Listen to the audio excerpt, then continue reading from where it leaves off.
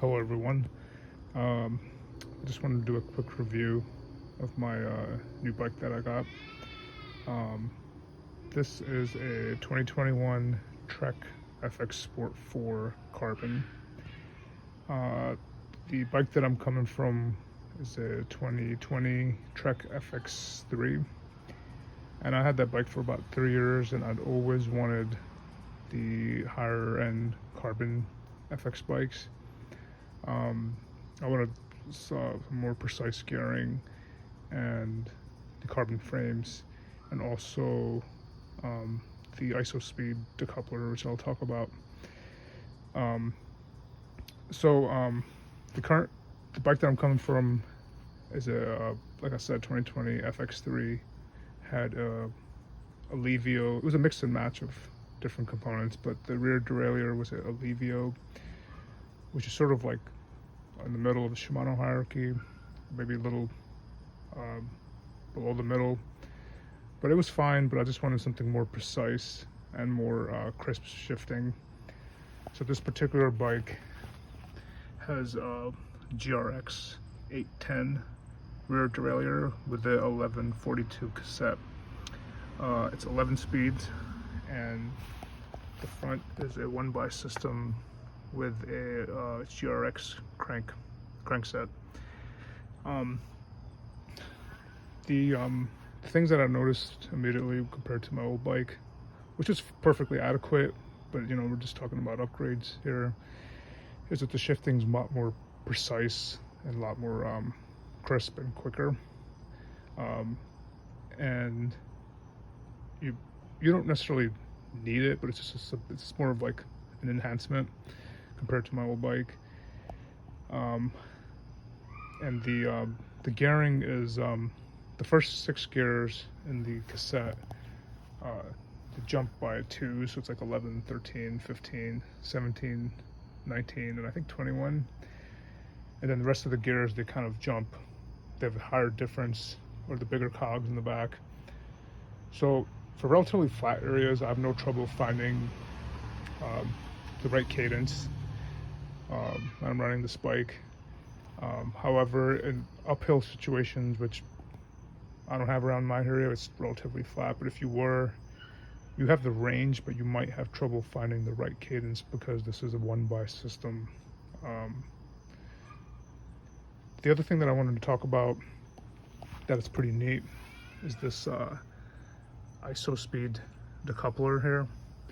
And what that does is basically when the bike is going across bumps or little puddles on the road, it kind of has like a little bit of a flex um, um, type thing, so that your body doesn't get all that impact. And I noticed that immediately when I was riding this bike compared to my old one with the normal routes that I take. With the aluminum bike, you can feel it in your body, so that I would always make sure I have to like stand up when I'm coming across little potholes or little bumps. But this one, as long as it's not too terrible, it soaks it right up, and it kind of feels like you're going over a bike, like a mountain bike with big tires in the back, like a hardtail. The other thing I noticed is that with the carbon frame, that when you're standing up and pedaling, the power transfer is a lot, um, like you feel a lot more connected to the bike, and the power transfer is like quicker. Not that I'm racing, but it's just one of those things that I want to point out with carbon frames. And also with little on the road, when the surface is not it's not too smooth, it just soaks up the bumps or the road chatter, like compared to like my old aluminum bike.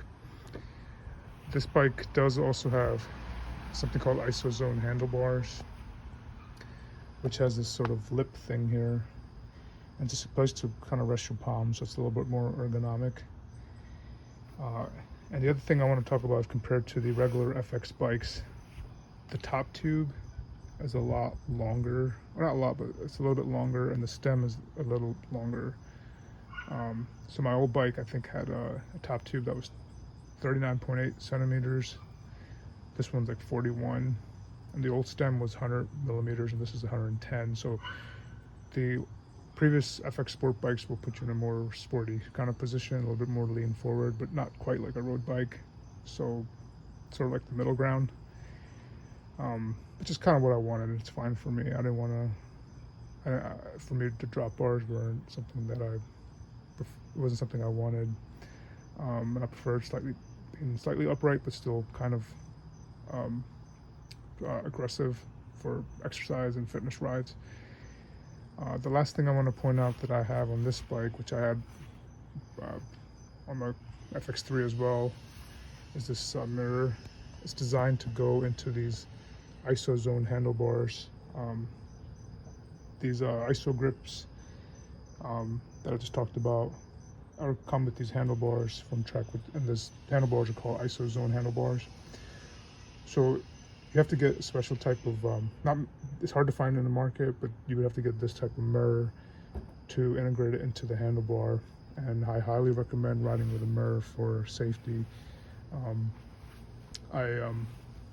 It's definitely helpful when if you have cars approaching with your back. And I also have that paired with, I don't have it on right now, but I have a Garmin Varia, which lets me know if there's cars approaching in the back.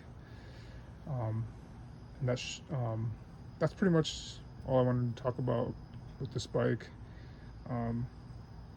I think normally it's around $1,800, but I paid $1,300 because this is a 2021 model. The other thing I want to talk about, the last thing, is the brakes are Shimano MT201s, and they're really good brakes, and I've had the same ones on my Trek FX3 bike as well. I know with the newer bikes from Trek, there's some shortage, so they're putting Pro Max brakes on, and I know those have had like recalls, and they're definitely not as good as the Shimano brakes. And the other thing I wanted to point out, why I was so anxious to get this bike, is that the newer FX Sport bikes are designed more for gravel, and they have a shorter top tube, and they don't have this ISO speed, and it feels more kind of like a mountain bike. This is more, it feels closer to like a road bike, the way it rides and the way it handles, which is what I wanted. And currently the FX Sport 5, even though this is the FX Sport 4, but the current one's was a Sport 5, has the same components with this GRX and MT Shimano brakes, or supposed to come with Shimano brakes, but it comes with Pro Max brakes, is $2,100. So you could tell, there's a huge price increase with bikes these days for similar components, which this was similar. And at the time when it came out, it was $1,800, but I paid $1,300 for it. And also the new ones don't have ISO speed, because apparently the bigger tires don't warrant the ISO speed compliance feature, so they don't put it on. But I think I made a smart purchase, and I like this bike a lot. Happy riding.